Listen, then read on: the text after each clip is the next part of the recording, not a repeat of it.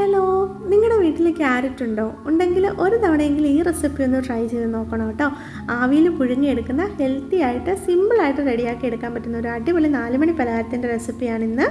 അതിനായിട്ട് ഞാനിവിടെ 2 ക്യാരറ്റ് ഇതുപോലെ ചെറുതായിട്ട് അരിഞ്ഞെടുത്ത് ആ ക്യാരറ്റ് ഇതുപോലെ ഒന്ന് പുട്ടുകുറ്റിയിൽ നിറച്ച് കൊടുക്കുന്നുണ്ട്. ഇതെന്തിനാണ് പുട്ടുകുറ്റിയിൽ നിറച്ച് കൊടുക്കുന്നതെന്ന് വെച്ചാൽ ഡയറക്റ്റ് ആവി തട്ടുമ്പോൾ ഇത് പെട്ടെന്ന് തന്നെ വെന്ത് കിട്ടും, അതിനായിട്ടാണ്. ഇനി ഇത് നമുക്കൊരു 5 മിനിറ്റ് ആവി കയറ്റിയിട്ടെടുക്കാം. കറക്റ്റ് 5 മിനിറ്റ് തന്നെ മതിയാവും. ഡയറക്റ്റ് ആവി കിട്ടുന്നതുകൊണ്ട് തന്നെ പെട്ടെന്ന് ഇത് വെന്ത് കിട്ടും. ഇനി അത് വെന്ത് വരുന്ന സമയം കൊണ്ട് ഒരു ബൗളിലേക്ക് 1 കപ്പ് ആട്ട ഇട്ട് കൊടുക്കാം. ഇനി അതിലേക്ക് ആവശ്യത്തിന് ഉപ്പും 1/2 ടീസ്പൂണ് ഓയിലും കൂടെ ചേർത്ത് ആവശ്യത്തിന് വെള്ളവും കൂടെ ചേർത്തതിന് ശേഷം നമ്മൾ ചപ്പാത്തിക്കൊക്കെ കുഴച്ചെടുക്കുന്ന പോലെ തന്നെ നന്നായിട്ട് സോഫ്റ്റായിട്ടൊന്ന് കുഴച്ചെടുക്കാം. ഇപ്പോൾ ഇതേ ഞാൻ നമ്മുടെ മാവ് നല്ല സോഫ്റ്റായിട്ട് കുഴച്ചെടുത്തിട്ടുണ്ട്. ഇനി ഇത് നമുക്ക് മാറ്റി വെക്കാം. ആ സമയം കൊണ്ട് ഇതേ നമ്മുടെ ക്യാരറ്റൊക്കെ നന്നായിട്ട് വെന്ത് വന്നിട്ടുണ്ട്. ഇനി ഇത് ചൂടോട് കൂടി തന്നെ ഇങ്ങനെ ഒന്ന് ഉടച്ചെടുക്കണം. ഒരുപാട് പേസ്റ്റ് പരുവത്തിലാക്കേണ്ട ആവശ്യമില്ല.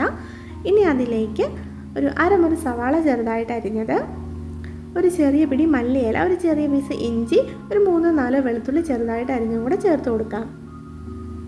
ഇനി ഇതിലേക്ക് ആവശ്യത്തിന് ഉപ്പും 1/2 ടീസ്പൂണ് സോയാ സോസും 1/2 ടീസ്പൂൺ ചില്ലി സോസും കൂടെയാണ് ചേർത്ത് കൊടുക്കുന്നത്. ഇനി ഈ സോസ് രണ്ടും ഇല്ലെങ്കിൽ നമുക്ക് ഒരു മുറി നാരങ്ങയുടെ നീര് ചേർത്ത് കൊടുത്താലും മതി. ഇനി ഇത് നന്നായിട്ടൊന്ന് മിക്സ് ചെയ്ത് നമുക്ക് മാറ്റി വെക്കാം.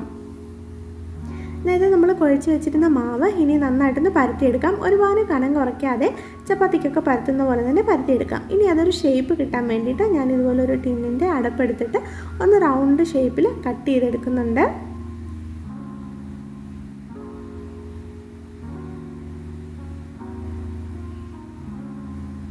ഇനി അതിൽ നിന്ന് ഒരു പീസ് എടുത്ത് ചെറുതായിട്ട് ഒന്നുകൂടെ പരത്തി കൊടുത്ത ശേഷം ഇതുപോലെ കയ്യിൽ വെച്ചിട്ട് നമ്മുടെ ക്യാരറ്റിൻ്റെ ഫില്ലിങ് ഇതിലേക്ക് വെച്ച് കൊടുത്ത് ഇതുപോലെ ഒന്നത് കവർ ചെയ്തെടുക്കുന്നുണ്ട്. ഏകദേശം നമ്മുടെ ഒരു കിഴിയുടെയൊക്കെ ഷേപ്പിൽ ഇതുപോലെ ഞാൻ ആക്കിയെടുക്കുന്നുണ്ട്. ഇനി എല്ലാതും അതുപോലെ ആക്കിയെടുത്ത ശേഷം ഇതുപോലെ ഇഡ്ഡലി തട്ടിൽ വെച്ച് കൊടുത്ത് ഒരു 10 മിനിറ്റ് നമുക്കിതൊന്ന് വേവിച്ചെടുക്കണം. അപ്പോൾ ഇതേ നമ്മുടെ അടിപൊളിയായിട്ടുള്ള ഈവനിങ് സ്നാക്ക് റെഡി ആയിട്ടുണ്ട്. 10 മിനിറ്റ് കൊണ്ട് തന്നെ നല്ല പെർഫെക്റ്റ് ആയിട്ട് വെന്ത് വന്നിട്ടുണ്ട്. അപ്പോൾ എല്ലാവരും ഈ റെസിപ്പി ഒന്ന് ട്രൈ ചെയ്ത് നോക്കണം കേട്ടോ. കുട്ടികൾക്കൊക്കെ നന്നായിട്ട് ഇഷ്ടമാവും, ഹെൽത്തിയുമാണ്. അപ്പോൾ താങ്ക് യു.